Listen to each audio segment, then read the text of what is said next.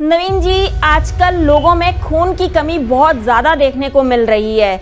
लोग एनीमिक हो जाते हैं, तो ये एनीमिया उनको होता क्यों है? यदि हमारे लीवर अच्छे से काम नहीं कर रहे हैं और किडनी हमारा अच्छे से फ़िल्टर नहीं कर रहा है या किडनी का फ़ंक्शन अच्छे से नहीं हो रहा है या स्प्लीन हमारा अच्छे से वर्क नहीं कर रहा है, तो हमारे बॉडी में ब्लड कम बनता है। यदि हमारे बॉडी में खून की कमी हो जाती है, तो बॉडी का कोई भी फ़ंक्शन अच्छे से काम नहीं करता है। सबसे अच्छा खून की कमी को पूर्ति करने के लिए यदि रामबाण उपाय कहा जाए, तो अंगूर और नारंगी।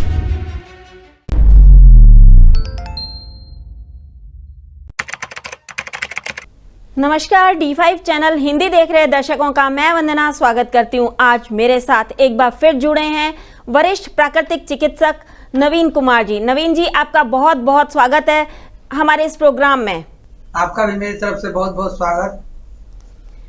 नवीन जी, आजकल लोगों में खून की कमी बहुत ज़्यादा देखने को मिल रही है। लोग एनीमिक हो जाते हैं, तो ये एनीमिया उनको होता क्यों है? खून की कमी के ऐसे तो बहुत सारे कारण हैं, जिसमें सबसे पहला कारण है कि यदि हमारे लीवर अच्छे से काम नहीं कर रहे हैं और किडनी हमारा अच्छे से फ़िल्टर नहीं कर रहा है या किडनी का फ़ंक्शन अच्छे से नहीं हो रहा है या स्प्लीन हमारा अच्छे से वर्क नहीं कर रहा है, तो हमारे बॉडी में ब्लड कम बनते हैं। इसके अलावा ब्लड में या बॉडी में किसी भी तरह का इन्फेक्शन हो जाता है, तो भी हमारे शरीर में खून कम बनते हैं। इसके अलावा यदि पेट में कीड़े हैं या WBC में एक कंटेंट होता है जिसको हम लोग एस्नोफिल्स बोलते हैं, उसकी मात्रा भी यदि बढ़ जाती है तो जनरली खून कम बनते हैं। वैसे तो इस तरह से बाहरी रूप से देख करके भी पहचाना जा सकता है कि खून की कमी है या नहीं है। यदि हम अपने मुट्ठी को बंद करके और पूरा खोलते हैं, तो खोलने के बाद से जो हमारे हाथ का कलर है वह रेडिश दिखना चाहिए। यदि येलोइश या वाइट दिखता है, इसका मतलब है कि हमें खून की कमी है। या नाखून जो हमारा है लगभग देखेंगे तो लगभग रेडिश या पिंकिश टाइप का दिखता है। इसको यदि प्रेशर देकर छोड़ा जाए तो रेड या पिंक टाइप का दिखना चाहिए।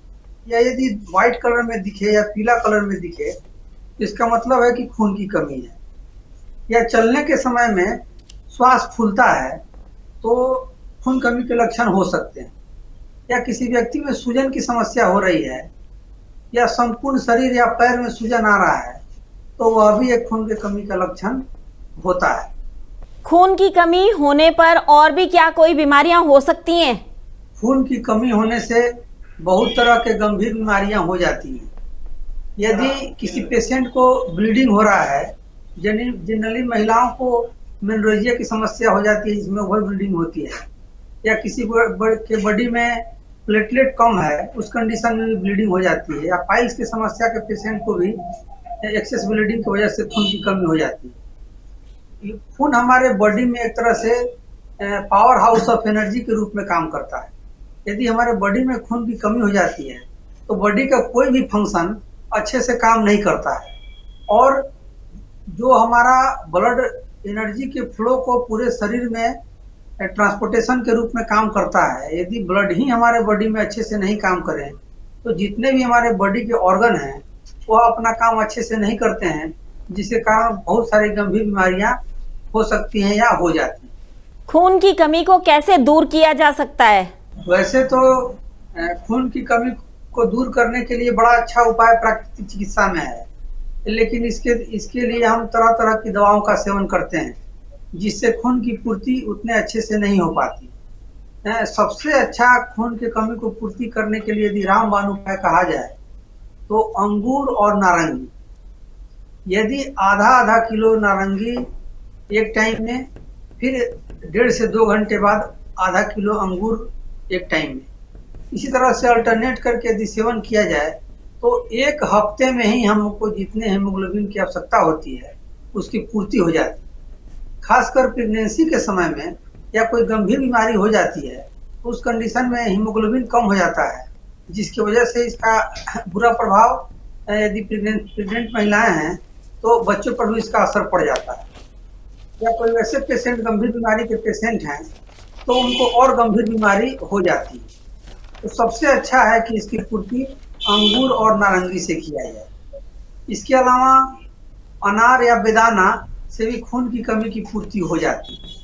वैसे व्यक्ति जिनको डॉक्टर खून चढ़ाने की सलाह भी दे देते हैं, यदि वह 20 पीस मुनक्का, 5 पीस अंजीर, 20 पीस किशमिश और चुकंदर का सेवन करें, बेदाना का सेवन करें, तो खून की कमी बड़ा जल्द ही पूर्ति हो जाती है। इसके अलावा यदि दही खट्टा नहीं हो तो दही के अंदर में चना का सत्तू डाल करके भी यदि लिया जाए सुबह शाम, रात्रि में दही का सेवन नहीं करना चाहिए, तो उससे भी खून की पूर्ति हो जाती है। चना किसी न किसी रूप में सेवन निश्चित रूप से करना चाहिए। या चना को अंकुरित करके या चना का भूजा लेकर के या चना का सत्तू लेकर के किसी रूप में यदि चना का सेवन किया जाए तो खून की कमी नहीं होती। इसके अलावा जितने भी ग्रीन लीफी वेजिटेबल्स हैं, यदि उनके कंटेंट को देखें, खासकर क्लोरोफिल, जितने भी हरी पत्तियां हैं, हरी पत्तियों में पाए जाने वाला क्लोरोफिल और हीमोग्लोबिन की यदि संरचना देखें तो दोनों लगभग एक बराबर होता है। तो 1-2 गिलास यदि हरी पत्तियों का जूस लिया जाए, जितनी भी हरी पत्तियां हैं जिसको जानवर खाते हैं उसको इंसान भी खा सकते हैं, जिसमें पालक है, मूली है, चुकंदर है, चौलाई है, पालक है या बथुआ है, जितनी भी हरी साग सब्जी है जिसको हम खा सकते हैं, उसका यदि रस निकाल के लिया जाए तो 1 हफ्ते में ही पूरा चेहरा लाल हो जाता है। और जो व्यक्ति बिल्कुल अपने शरीर को एक थका हुआ मशीन के रूप में देखता है, वह बिल्कुल ऊर्जावान रूप में अपने शरीर को महसूस करने लगता है और जो काम को वह पहाड़ समझ करके नहीं कर पाता था, वो छोटे छोटे काम भी बड़े आसानी से, भारी भारी काम भी बड़े आसानी से कर लेते हैं। तो यदि इन उपायों को किया जाए तो हीमोग्लोबिन को आसानी से मेंटेन किया जा सकता है। प्राणायाम से इसे कैसे दूर किया जा सकता है? क्या प्राणायाम इसमें सहायक सिद्ध होता है? यदि डाइट का फॉलो करके यदि प्राणायाम का अभ्यास किया जाए तो हमारे नाभि के चारों तरफ, जिसे हम लोग सोलर प्लेक्सस भी बोलते हैं, नाभि के चारों तरफ लगभग हमको जितने भी मल्टी मिनरल, मल्टीविटामिन, आयरन इत्यादि की आवश्यकता होती है, सभी की पूर्ति हमको हो जाती है। लेकिन इसके लिए जितने भी वैसे प्राणायाम या आसन जिस पर डायरेक्ट दबाव हमारे नाभि के ऊपर पड़ता है, जिसमें मांडूकासन है, भुजंगासन है, विपरीत करनी है, नौकासन है, या प्राणायाम में कपालभाति का अभ्यास यदि किया जाए तो बड़ा जल्द ही खून की पूर्ति हो जाती है। या बॉडी में किसी भी तरह का इन्फेक्शन होता है तो उससे भी इसकी पूर्ति हो जाती है।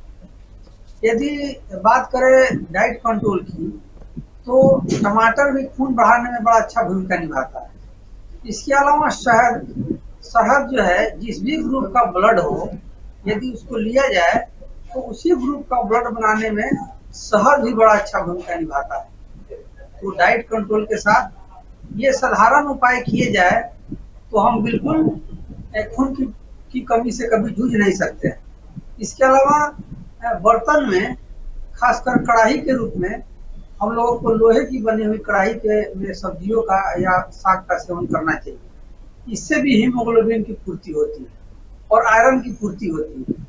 और अधिकतर देखा गया है, लगभग हम लोग यदि 100 पेशेंट के आयरन का टेस्ट कराते हैं तो लगभग 80 पेशेंट में आयरन की कमी पाई जाती है। तो आयरन यदि पूर्ति नहीं होता है, उस कंडीशन में भी खून की कमी हो जाती है। तो केवल एक छोटे से उपाय से कढ़ाई के रूप में लोहे की कढ़ाई का यदि प्रयोग किया जाए और जो उपाय बताया गया उसको किया जाए, कुछ प्राणायाम किया जाए, सुबह के समय में ताजा और हरे घास में खाली पैर नंगे पांव टहला जाए, तो इससे बड़ा अच्छा खून की पूर्ति हो जाती है। जिनमें खून की कमी होती है, यानी कि जो एनेमिक लोग होते हैं, उन्हें क्या सावधानियां रखनी चाहिए? जितने भी एनेमिक लोग हैं उनको तो सबसे पहले आर्टिफिशियल चीज का खासकर खाने के रूप में बिल्कुल भी प्रयोग नहीं करना चाहिए। और वैसे चीज जिसके सेवन से लीवर पर इसका प्रभाव पड़ता है, खासकर तली हुई चीजें। यदि तली हुई चीजों को हम लेते हैं तो उसको पचाने के लिए लीवर को बहुत अधिक काम करना पड़ता है। और इसका सेवन यदि रेगुलर वे में हम लोग करते हैं तो एक तरह से लीवर के ऊपर काई की तरह जम जाता है, जिससे लीवर हमारा अच्छे से काम नहीं करता है। जब तक हमारा लीवर अच्छे से काम नहीं करेगा तब तक हमारा पैंक्रियाज अच्छे से काम नहीं करता है। और जब तक पैंक्रियाज अच्छे से काम नहीं करेगा तब तक हमारा स्प्लीन भी अच्छे से काम नहीं करता है। और ब्लड बनाने का काम या तो स्प्लीन करता है या हमारे हड्डियों में जो मज्जा रहता है, बोन मैरो जिसे बोलते हैं, वो काम करता है, या हमारे शरीर में विटामिन B12 भी ब्लड बनाने का काम करते हैं। तो एनीमिक पेशेंट को निश्चित रूप से जो भी नेचुरल डाइट है उसको सेवन करना चाहिए और आर्टिफिशियल चीजों का सेवन नहीं करना चाहिए। खासकर तली हुई चीजों का, ब्रेड, बिस्किट, मैदा, पराठा इत्यादि चीजों का सेवन नहीं करना चाहिए।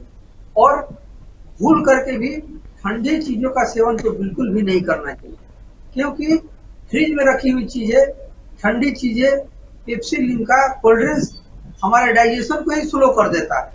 तो जब तक हमारा लीवर अच्छे से काम नहीं करेगा तब ब्लड बन ही नहीं सकता है। जब तक पाचन ही नहीं होगा हमारा तब तक ब्लड बनने का कोई प्रश्न ही नहीं होता।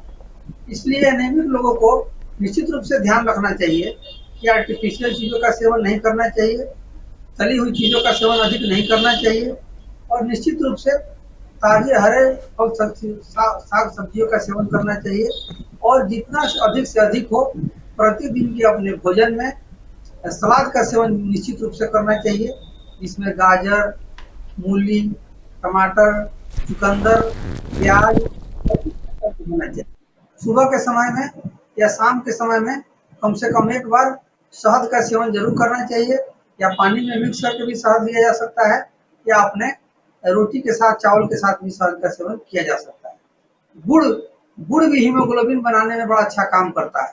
यदि मौसम है, यदि अच्छे से बिना मसाले का गुड़ उपलब्ध है तो बिना मसाले का गुड़ लेना चाहिए, या हीमोग्लोबिन की पूर्ति के लिए गन्ने का रस नमक नहीं डाल करके, गन्ने का रस नींबू डाल करके दिया जाए तो इससे भी खून की पूर्ति बड़ा अच्छे से हो जाता है। डॉक्टर नवीन, हमसे जुड़ने के लिए आपका बहुत बहुत धन्यवाद। आपका और आपके दर्शकों का भी मेरी तरफ से बहुत बहुत धन्यवाद। अगले एपिसोड में आपसे फिर मुलाकात होगी, तब तक के लिए नमस्कार।